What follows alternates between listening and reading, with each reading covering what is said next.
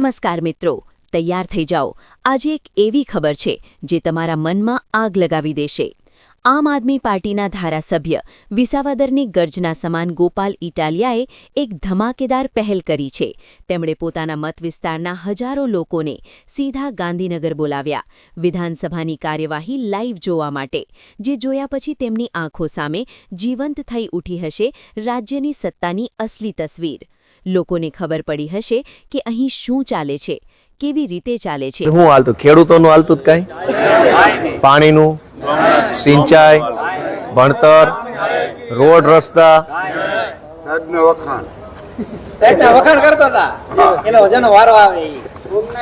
Helicopter મળ્યું મુખ્યમંત્રીનું, દેખાય છે ને, અહીંથી ઉડાડે, આનંદ. ચારે બાજુ કેટલી સારી વ્યવસ્થા છે. પબ્લિક 30 વર્ષથી મત આપે છે. પબ્લિક માટે કેવું છે અને પબ્લિકનો મત લેનારા માટે કેવું છે. હવે તમે એમ વિચારો કે લેનારાનો હાથ ઉપર હોય કે દેનારાનો. પણ થોભો અસલી ધડાકો તો હવે આવે છે. ગોપાલભાઈનો એક વિડિયો સોશિયલ મીડિયા પર આગની જેમ ફેલાઈ રહ્યો છે. લાખો વ્યૂઝ, હજારો શેર. આ વિડીયોમાં તેઓએ ગામઠી ભાષામાં એકદમ સીધા સાદા અંદાજમાં પણ એટલી જ તીક્ષ્ણતાથી રાજ્ય સરકારની પોલ ખોલી નાખી છે.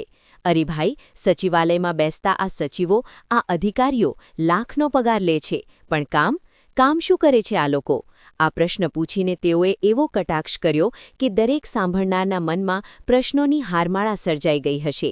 ગામઠી અંદાજમાં એટલી સરળતાથી સમજાવ્યું કે કાર્યકરોના ખખડીને હસી પડ્યા હતા. અને હજુ બસ એટલું જ નહીં, વિધાનસભા પટાંગણમાં મુકાયેલી રાષ્ટ્રપિતા મહાત્મા ગાંધીની પ્રતિમા સામે જોઈને હળવા હાસ્ય સાથે પણ ગંભીર બાબત પર તેઓએ પ્રકાશ પાડતા કહ્યું કે જુઓને આ બાપુની મૂર્તિ. ગાંધી બાપુ પણ વિધાનસભા ભવનની સામે જોવા નથી માંગતા અને તેઓ પીઠ ફેરવીને બેસી ગયા છે. તેઓ પણ જાણે છે કે અહીં વિધાનસભા સામે કંઈ જોવા જેવું નથી. આ એક લીટીએ જ લોકોના હૃદયમાં ઝંઝાવાત લગાવી દીધો હશે. જો કે તેમની આ વાત સાંભળીને કાર્યકરો પણ ખખડીને હસી ગયા હતા. મિત્રો, આ વિડિયો જુઓ, શેર કરો, કારણ કે આ માત્ર એક વિડિયો નથી, આ અવાજ છે સત્યને સત્ય કહેવાનો. વધુ અપડેટ્સ માટે જોડાયેલા રહો અપના મિજાજ ન્યૂઝ સાથે.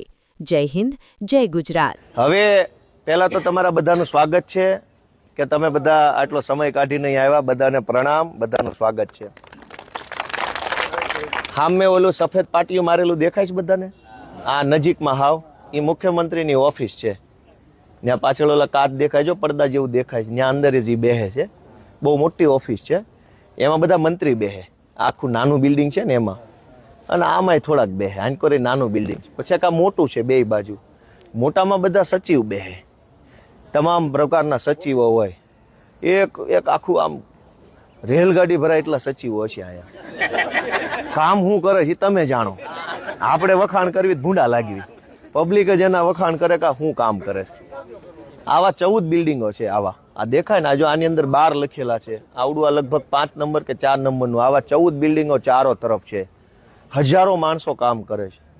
કરોડો રૂપિયાનો પગાર છે. 1 લાખ કરોડ રૂપિયાનો પગાર. ખાલી પગારમાં 1 લાખ કરોડ વપરાય છે. હવે 1 લાખ કરોડમાં મીંડા તમે નિરાતે ગણજો. ગુજરાતની જનતા જે પૈસા ચૂકવે છે ટેક્સ પેટે, એમાંથી 1 લાખ કરોડ રૂપિયાનો તો ખાલી સરકારી માણસને પગાર જ વયો જાય કામ કરવાનો. હવે શું કરે છે ને કોની હાટો કરે છે એ તમે નિર્ણય લેજો આવતી ચૂંટણીએ. આવડી મોટી બિલ્ડિંગો, એસી, ગાડીઓ, ફૂલ સુવિધામાં તમને એમ લાગે કે આ વિદેશ જ છે. અહીં તમે જોવો છે ક્યાંય ધૂળે નહીં જોવા મળે, માખ્યું જોવા નહીં મળે, ગંદકી નહીં હોય, ટ્રાફિક નહીં હોય. ફૂલ ફેસિલિટીમાં જીવવાનું તમારા પ્રતાપે છે. અને એટલે જ હેઠે ઉતરવા તૈયાર નથી. હવે ખંભે બેસી ગયા છે. એટલે તમે આ બધું જોવો તો તમને ખબર પડે કે મત નકરા લઈ જાય પછી અહીં શું કરે તો કે મજા. કામ કરતા હોય તો હેઠે નો આવું થઈ ગયું હોય, કેમ અહીંયા જ આવું છે. એટલે તમે બધા આવ્યા. આ વિઠ્ઠલભાઈ પટેલ ભવન લખ્યું છે. વિઠ્ઠલભાઈ પટેલનું નામ કેમ છે અહીંયા? વિઠ્ઠલભાઈ પટેલ સરદાર પટેલના હગા ભાઈ હતા, મોટા ભાઈ.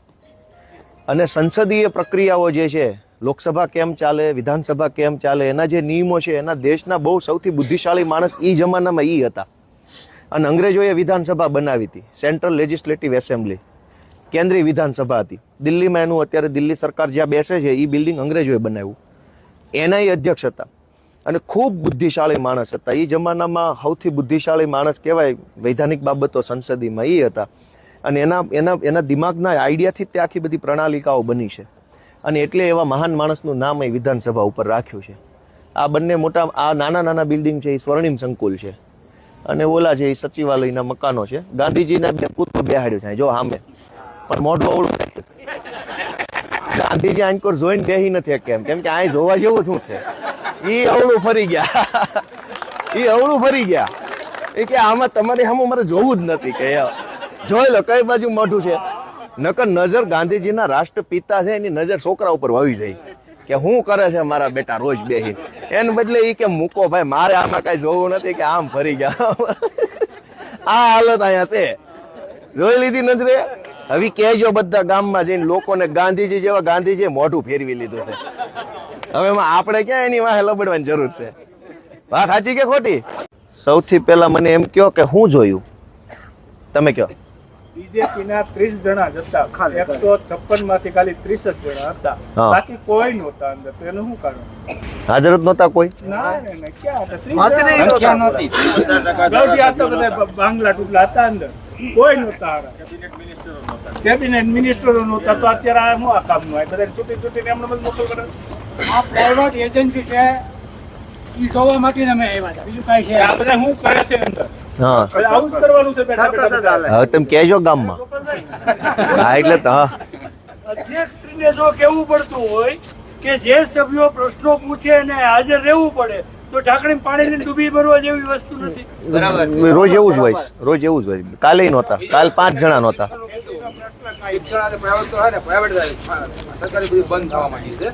એ કે મેં આટલું આપી આટલું ક્યાંય ગામડે બધી સ્કૂલો બંધ થવા માંડી સરકારી ગીતામાં નાખી ગોપાલભાઈ, એક વસ્તુ છે હા કે આપણે જો તૈયારી બતાવીએ છીએ તો 8 થી એ હાથમાં પકડી રાખો તોય પકડ. 8 થી 10 યુવાનો કે જે આજે આપણે હક આપણે માંગતા થાય એની દર એક તારીખ નક્કી કરી ગામો ગામ 10 થી 15 યુવાનો આપણે આપણો હક માંગતા શીખીએ એટલે ઓટોમેટિક આપણા વિચારસરણીમાં ફેરફાર થાય. બરાબર છે, સાચી મુદ્દો છે. બીજા શું કહેવા માંગે તમે? અડધી કલાક બેહવાનો સમયની મંજૂરી હતી. આમ તો 5 મિનિટ જ હોય છે, તમે આ અડધી કલાક બેઠા. તમે વધુ બેઠા છો. બીજી વાર કાંઈ ના કાંઈ સાંભળો આપણે અહીંયા આવ્યા, બધું જોયું, કોણ કયા ધારાસભ્ય કયા પાર્ટીનો શું કામ કરતો હતો એ આપણે લોકોને જઈને ગામડામાં સમજાવવાના છે કે આનું આમ છે. તમે બટન દબાવવામાં ધ્યાન રાખો તો સુધારો થાય, નકર નહીં થાય. અહીં તો કોઈ કઈ કહેવા માંગે છે? અને એક વાત એવી કરી કે 100 વખત લગભગ માનની છે સંબોધન કરવું પડે. એક ને એક વાત કેટલી વાર માનની હતી હા, મેન મુદ્દો કીધો. તમારે 4 ને 42 સેકન્ડ તમારો વારો હતો. બીજા બેન હતા એ તો 10-12 મિનિટ એને કીધું ભાજપમાં એ 12 મિનિટ બોલ્યા. આમણે મેન મુદ્દો પકડ્યો. આપનો વારો એટલો જ હોય છે. આ જે ચર્ચા થઈ સાંભળો, અહીંયા વિધાનસભા જ આપણી છે. મોડી પણ મજા વારી ઘડીએ માનનીય બીજા 100 શબ્દો કઈક બીજો કઈક 4 વાત બીજી આવે એમાં. કવિત્વ શક્તિનો બતાવ કર્યો હા, એ આ વિધાનસભામાં કરવાની ક્યાં એટલી બધી લાંબી ક્યાં કરવાની કવિત્વ શક્તિ એને વાપરી બધી ભલે સારું કર્યું એને એ બોલ્યા પણ એ તો પાછા એ તો પણ બધાને ખબર છે. એ કવિતાને ખબર તો રાખ્યા જ હાટું છે. વગાડો એમ કે એટલે વગાડે કે. તો આ તમારા બધાના અનુભવ થયા. હવે હા બોલો ને ગોપાલ, કેવું કર્યો ખાલી બોલો શું કયો? અરે તમ તાર બોલવા મને સંભળાય તોય સંભળાય. આજે મોટી મોણપરી જિલ્લા પંચાયતના સીટના બધા ખેડૂતોને ગાંધીનગર મુલાકાતે આવ્યા છે. તેના બદલ જય જવાન જય કિસાન. વિસાવદરની વિધાનસભાએ ની જનતા હાવજ છે અને એક હાવજને આજે વિધાનસભામાં મોકલા. ઈ હાવજને અમે વિધાનસભા બતાવી, આજ ઈ હાવજે અમને વિધાનસભા બતાવી છે.